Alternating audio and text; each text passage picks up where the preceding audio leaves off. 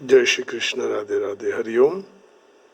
बंशीधरम तत्रधरम नमामि मनोहरम मोहहरम च कृष्णं मालाधरम धर्मधुरम धरं च पार्थस्य सारथ्यकरं च देवं कर्तव्यदीक्षं च समत्वशिक्षं ज्ञानस्य भिक्षं शरणागतिं च ददाति गीता करुणाद्रभूत कृष्णेन गीता जगतो हिताय।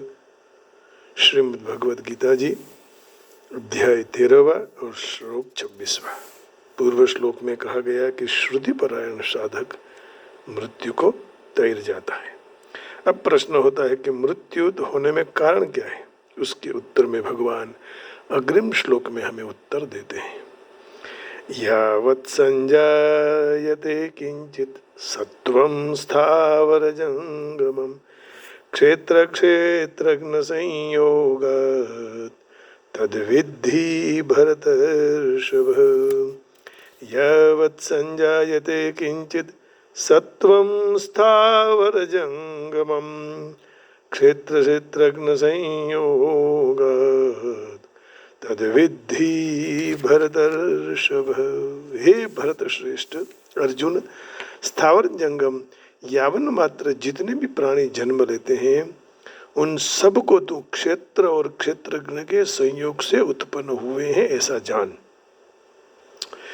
जैसे यावत संजायते क्षेत्र क्षेत्रज्ञ संयोगात, स्थिर रहने वाले वृक्ष, लता, दुर्वा, झाड़ी, छाल प्रधान झाड़ जिसको छाल होती है, त्वचा, नेत्र, वांस, पहाड़, ये जो जितने सारे स्थावर प्राणी हैं, चलने वाले, फिरने वाले, मनुष्य, देवता, पशु, पक्षी, कीट, पतंग, मछली, कछुआ और जितने भी जंगम, जड़चर, जलचर, नभचर, थड़चर प्राणी हैं, ये सारे के सारे क्षेत्र और क्षेत्रज्ञ के संयोग से पैदा हुए।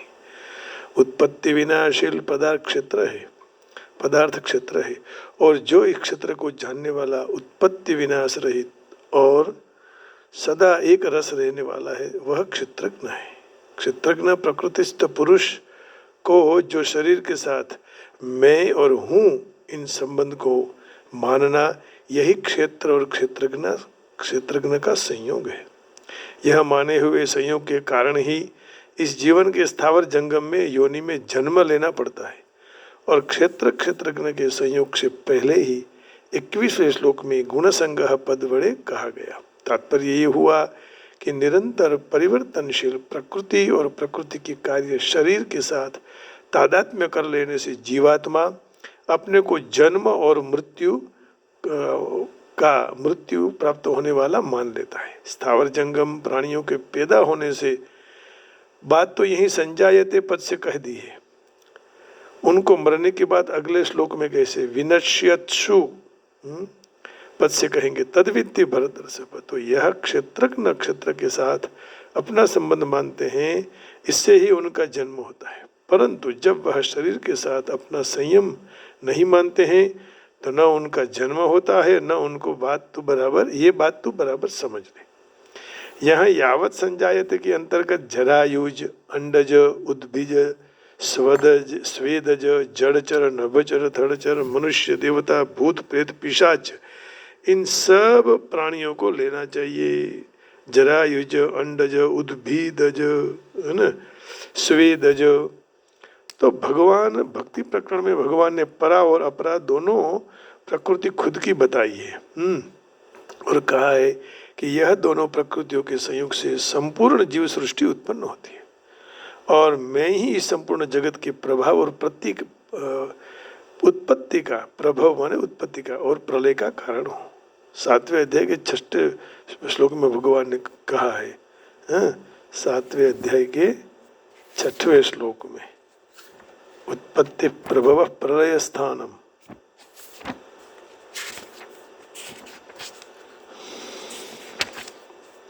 एतद्योनिनि भूतानि सर्वाणि इत्युपधारय अहम कृत्स्नस्य जगतः प्रभवः प्रलयस्तथा।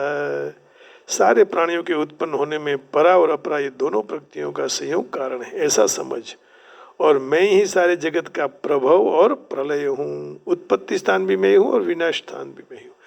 एतद्योनिनि भूतानि सर्वाणीत्युपधारय अहं कृष्णस्य जगतः प्रभवः प्रलयस्तथा।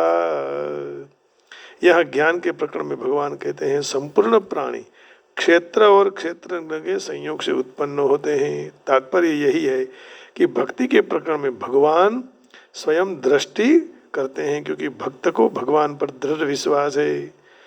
उनका साधन और साध्य दोनों भगवान है, परंतु ज्ञान में भगवान क्षेत्रज्ञ स्वरूप तरफ दृष्टि करवाते हैं। क्षेत्र के साथ तादात्म्य के कारण जो जन्म मृत्यु बंधन में पड़ा है, यहाँ प्रश्न होता है कि उस तरफ वह आकर्षण मिलन संयोग सजातीयता में ही होता है। फिर विजातीय क्षेत्र जड़ के साथ क्षेत्रज्ञ चेतन का संयोग किस तरह हो गया? इसका जवाब है जैसे रात और दिवस का संयोग नहीं हो सकता है, उसी तरह क्षेत्र और क्षेत्रज्ञ का संयोग नहीं हो सकता है। परंतु परमात्मा के अंश होने के कारण क्षेत्रज्ञ में यह शक्ति है, तो वह विजातीय वस्तुओं को भी आकर्षित कर सकते हैं, इसलिए उनके साथ संबंध मान लेते हैं। उनको ऐसी स्वतंत्रता भगवान ने दी है, परंतु उनको वह स्वतंत्रता का दुरुपयोग किया बिना किए, अर्थात भगवान के साथ संबंध न मानने से संसार के साथ संबंध मान लिया है और जन्म मरण के चक्कर में वह पड़ गया। 13वें अध्याय के 21वें श्लोक में, माने इसी अध्याय के, पुरुषः प्रकृतिस्थो हि भुंक्ते प्रकृतिजान् गुणान् कारणं गुणसंगोस्य सदसद्यो निजन्मसु। प्रकृति में स्थित पुरुष जीव ही प्रकृति में उत्पन्न गुणों का भोक्ता बनता है और गुणों के संग ही उनके अच्छे नरसी योनियों में जन्म लेने में कारण बनते हैं। तो देखिए आज 26वां श्लोक, यहाँ यावत् संजायते किंचित सत्वं स्थावर जंगमं क्षेत्र क्षेत्रज्ञ संयोगात् तद विद्धि भरतर्षभ। हे arjuna, whatsoever being the moving or unmoving is born, know it is emanated through the union of kshetra matter and the kshetra spirit. Kshetrajna spirit, क्षेत्र मैटर एंड द क्षेत्रज्ञ स्पिरिट। तो सबको मुझे ही जानो, मुझसे ही सब कुछ प्राप्त होता है, ये भगवान कह रहे हैं। तो O chief of the Bharat, know that whatever you see in existence, both the moving and the unmoving, is only combination of the field of activities and the knower of the field। माने भगवान कह रहे हैं सब कुछ मैं ही हूँ, मुझसे ही सब कुछ होता है। हाँ, तो पूर्व श्लोक में भगवान ने कहा क्षेत्र माने शरीर के साथ संबंध रखने से, उनकी दृष्टि रखने से यह पुरुष जन्म मरण को प्राप्त होता है। अब प्रश्न होता है कि जन्म मरण के चक्कर से छूटने के लिए क्या करना चाहिए? तो भगवान अग्रिम श्लोक में उत्तर देते हैं, लेकिन उससे पहले हम थोड़ा इसका अर्थ कर लेंगे। यावत संजायते का, ब्रह्मांड के सर्जन भी पूर्व से अस्तित्व धरने वाले भौतिक प्रकृति जीव और दोनों विशेष रूप में इसका यह निरूपण किया है। जो कुछ भी उत्पन्न होता है जीव प्रकृति का संयोग होता है, वृक्ष पर्वत पहाड़, इन सब का अनेक प्रकटीकरण है, वो गतिशील नहीं है, और ऐसे अनेक अस्तित्व हैं जो गतिशील हैं। तो सारे भौतिक परा प्रकृति का अर्थात जीवन का संयोग मात्र है। परा प्रकृति अर्थात जीव के स्पर्श के बिना कुछ उत्पन्न नहीं होता है। भौतिक प्रकृति और आध्यात्मिक प्रकृति के बीच में संबंध सनातन है और यह संयोग परमेश्वर के द्वारा होता है। इसलिए परा और अपरा दोनों प्रकृतियों का वही नियंता है। अपरा प्रकृति के द्वारा उत्पन्न होते हैं और अपरा प्रकृति में परा प्रकृति को रखने से सारे कार्य प्रकटीकरण उद्भव हो जाते हैं। अब देखिए आगे श्लोक में क्या कहते हैं। जन्म मरण के चक्कर में से छूटने के लिए। समम सर्वेषु भूतेषु तिष्ठन्तं परमेश्वरं विनश्यत्स्व विनश्यन्तं यः पश्यति स पश्यति। समं सर्वेषु भूतेषु तिष्ठन्तं परमेश्वरं विनश्यत्स्व विनश्यन्तं यः पश्यति स पश्यति। जो भी मनुष्य नष्ट हो चुके हैं ऐसे सारे प्राणियों में परमेश्वर को नाश रहित और समरूप में स्थित देखता है, वही वास्तव में सच्चा देख रहे हैं। जे मानस नष्ट थई रहेला सारा પ્રાણીઓમાં પરમેશ્વરને નાશ રહિત અને પ્રાણી નાશ થાય છે પણ પરમેશ્વર નાશ નથી થતા અને સમરૂપે સ્થિત જુએ છે, એ જ વાસ્તવમાં સાચું જોઈ રહ્યા છે। समम सर्वेषु भूतेषु, परमात्मा के सारे प्राणियों में, परमात्मा ने सारे प्राणियों में समान कहने का तात्पर्य यही है कि सब प्राणियों विषम है, अर्थात स्थावर जंगम है, सात्विक, राजस और तामस है। आकृति में छोटे बड़े मोटे लंबे पतले विविध वर्ण वाले और इस तरह जात जात के जितने भी प्राणी हैं सारे प्राणियों में परमात्मा के समान रूप से रहे हुए। परमात्मा किसी में भी छोटे बड़े दुबले पतले ऐसे नहीं है।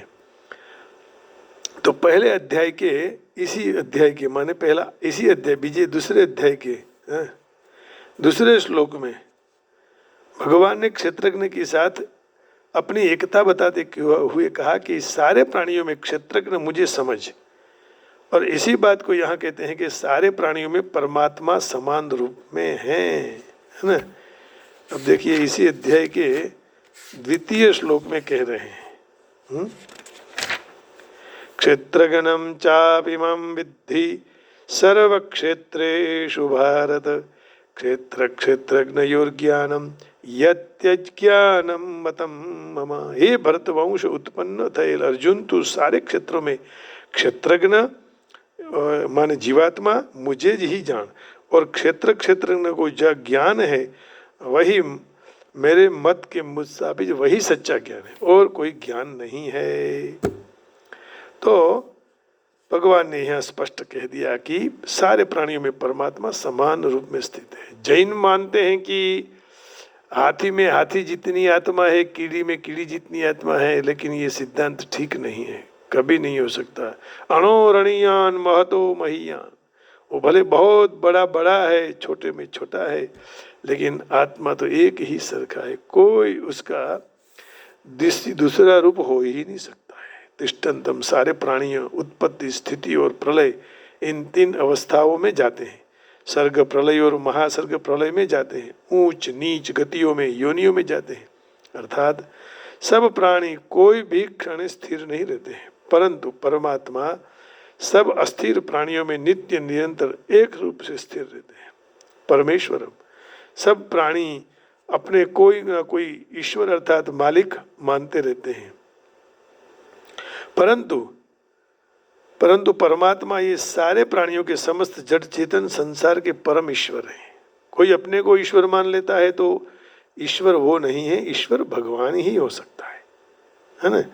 तो जड़ चेतन के मुख्य आधार परमात्मा ही है और कोई नहीं है। विनश्यत्स्व विनश्यन्तम यः पश्यति स पश्यति, प्रतिक्षण विनाश की तरफ जाने वाले प्राणियों में विनाश रहित सदा एक रूप रहने वाले परमात्मा ने जो निर्विकार रूप के देखते हैं वही वास्तव में सच्चा देखते हैं।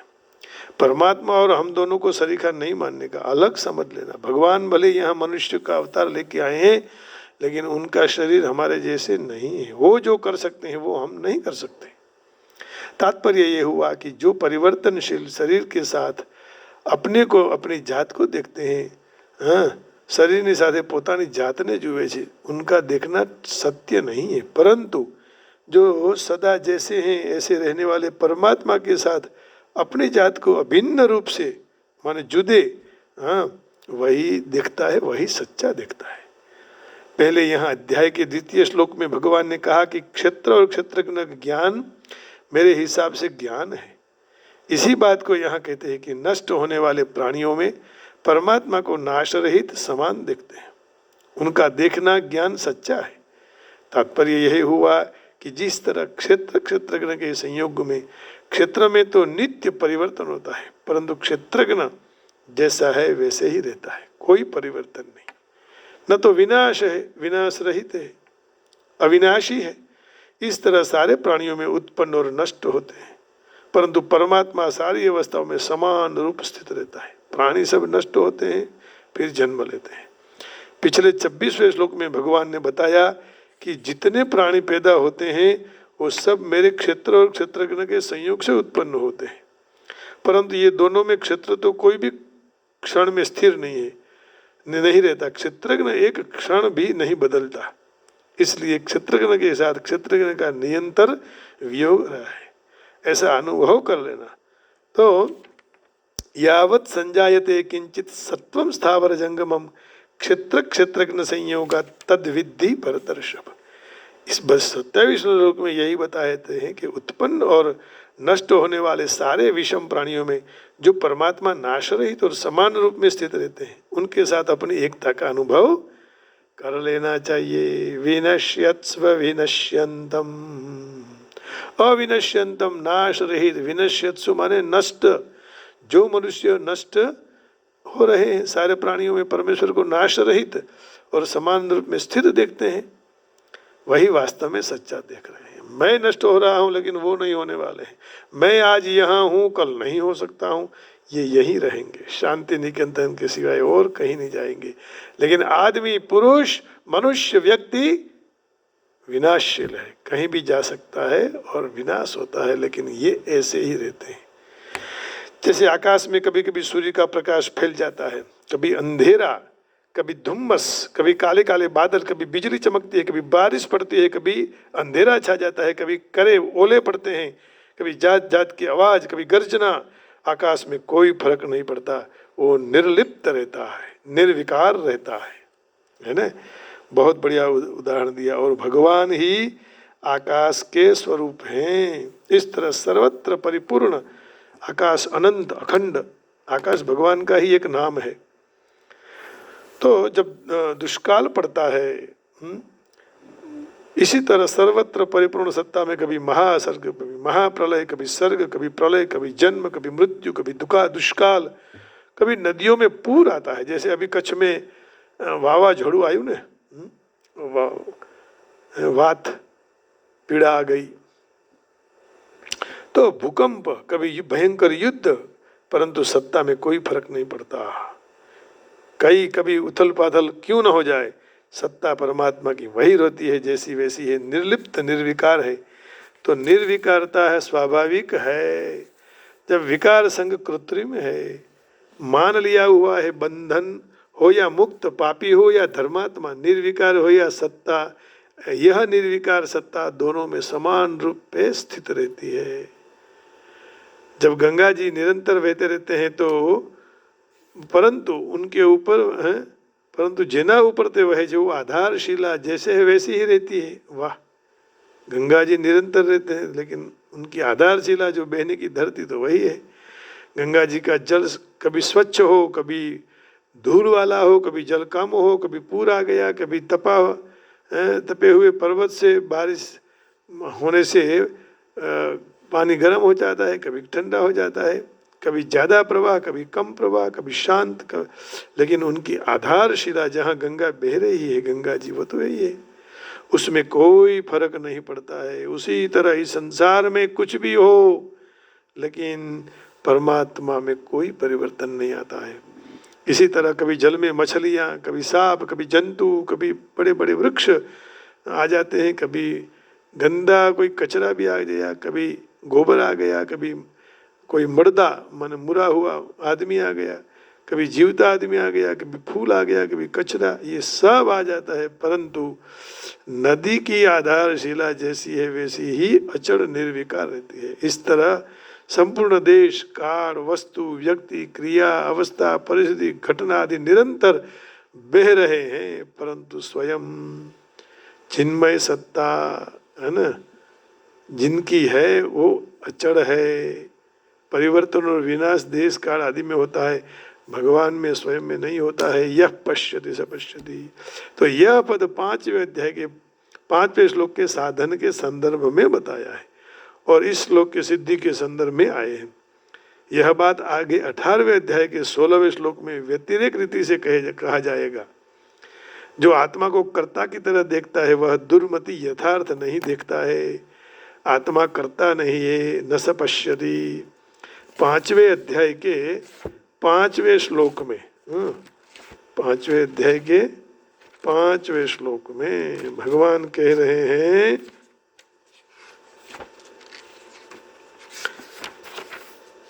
माने इस संसार को, हमको इसके साथ जुड़ना नहीं चाहिए। परमात्मा भिन्न है और हम भी भिन्न हैं, तो वो हमसे अभिन्न होते हुए भी भिन्न है, ऐसा कहा। समझने लायक है, चिंतन करने लायक है। यत् सांख्यै प्राप्यते स्थानम तद्योगैरपि गम्यते एकं सांख्यं च योगं च यः पश्यति स पश्यति। सांख्य योगी के द्वारा जो तत्व प्राप्त किया जाता है, कर्म योगियों के द्वारा भी वही प्राप्त किया जाता है। हाँ, किंतु वही प्राप्त करते हैं। इसलिए जो भी मनुष्य सांख्य योग या कर्म योग फल रूप में एक देखता है वही यथार्थ देखता है। सत्य तो એ જ જોવે છે કે જે અંતમાં પરમાત્માને જ પ્રાપ્ત કરે છે, बाकी कोई परमात्मा को प्राप्त कर सकते नहीं है। ये बात है।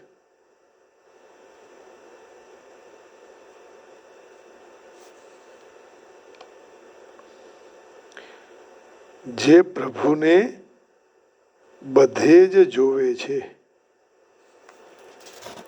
ये बात हुई। अभी देखो क्या कह रहे हैं आगे, 18वें अध्याय के 16वें श्लोक में भी यही बात कही। 18वें अध्याय के व्यतिरेक से भगवान आवा छे, भगवान आवा नथी, ये व्यतिरेक कहा जाता है। तत्रैवं सति कर्तारम आत्मानं केवलम तु यः पश्यत्यकृत बुद्धित्वान् न पश्यति स दुर्मति। परंतु यह 5 हेतु होते हुए भी जो मनुष्य कर्मों के विषय में केवल शुद्ध आत्मा को कर्ता देखता है वह मलिन बुद्धि का ठीक तरह से नहीं देख रहा है, क्योंकि उनकी बुद्धि शुद्ध नहीं है, अर्थात उनको विवेक ने महत्व नहीं दिया है। विवेक को महत्व देना चाहिए। 5 कारण कौन है? देखो, शरीर वांग मनो वीर्यत् कर्म प्रारभते नरः न्यायं वा विपरीतं वा पंचैते तस्य हेतवः। मनुष्य मन, वाणी और शरीर से शास्त्र को अनुकूल अवस्था अथवा शास्त्र विरुद्ध जो कोई भी कर्म आरंभ करे उनके पूर्वोक्त 5 कारण होते हैं। पूर्वोक्त 5 कौन? शरीर, मन, वाणी और शरीर से शास्त्र से अनुकूल और शास्त्र विरुद्ध 5 हो गए। शास्त्र के अनुकूल, शास्त्र से विरुद्ध, मन और वाणी। तो ये पूर्वोक्त 5 कारण होते हैं। और यह 5 कारण हेतु होते हुए भी जो मनुष्य कर्मों के विषय में केवल शुद्ध आत्मा को कर्ता देखता है तो वो भी गलती कर रहा है। ये ठीक नहीं है, क्योंकि भगवान तो अकर्ता है, कर्ता हो ही नहीं सकता। जो मनुष्य सत्संग के द्वारा शरीर के स्वामी अथवा आत्मा और आत्मा का मित्र, इन तीनों के साथ संयुक्त रीत से देख सकता है वह सच्चा ज्ञानी है। जहाँ तक मनुष्य को आध्यात्मिक विषयों के वास्तविक ज्ञाता का सत्संग प्राप्त नहीं होता है तो वहाँ तक वह तीनों वस्तुओं को देख नहीं सकता है। जो मनुष्य आध्यात्मिक विषयों के सत्य ज्ञानी का ऐसा संग प्राप्त करता है वह अज्ञानी है, तो वह मात्र शरीर को देखता है। ऐसे मानते हुए शरीर नष्ट થયે બધું જ समाप्त થઈ जाए, परंतु वास्तविकता एवी नहीं।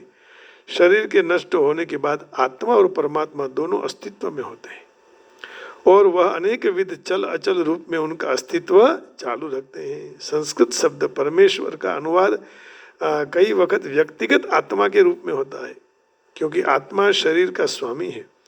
शरीर नष्ट होने के बाद वह अन्य देह में स्थलांतर करते हैं, इस तरह वह उनका स्वामी है। परंतु कई लोग परमेश्वर के अर्थ को परमात्मा ऐसा करते हैं। दोनों किस्सों में परमात्मा और जीवात्मा दोनों अपना अस्तित्व चालू रखते हैं, तो वह नष्ट नहीं होता है। जो इस तरह देखता है वह ठीक तरह से देख रहा है कि क्या हो रहा है संसार में, और नहीं देख पाता है तो नहीं देख पाता है।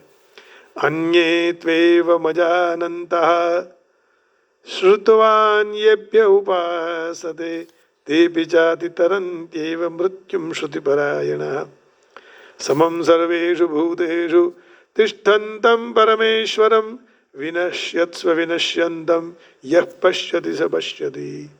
He alone truly sees, who sees the Supreme Lord as impressible and abiding, equal in all perishable beings, both animate and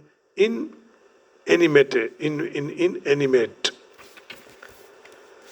तो 27वें श्लोक में कहते हैं, यहाँ होगा 26, 27, यहाँ 28वां हो गया। One who sees the super soul accompanying the individual soul in all bodies, and who understand that neither the soul nor the super soul within the destructible body is ever destroyed, actually sees. तो इस प्रकार इस सत्संग में हमारा मन लगाना चाहिए। भगवान के गुणगान गाने से अपनी माया दूर हो जाती है। कल चर्चा हुई थी, अहमेवा समय वाग्रे नान्यद्यत् सदसत्परम।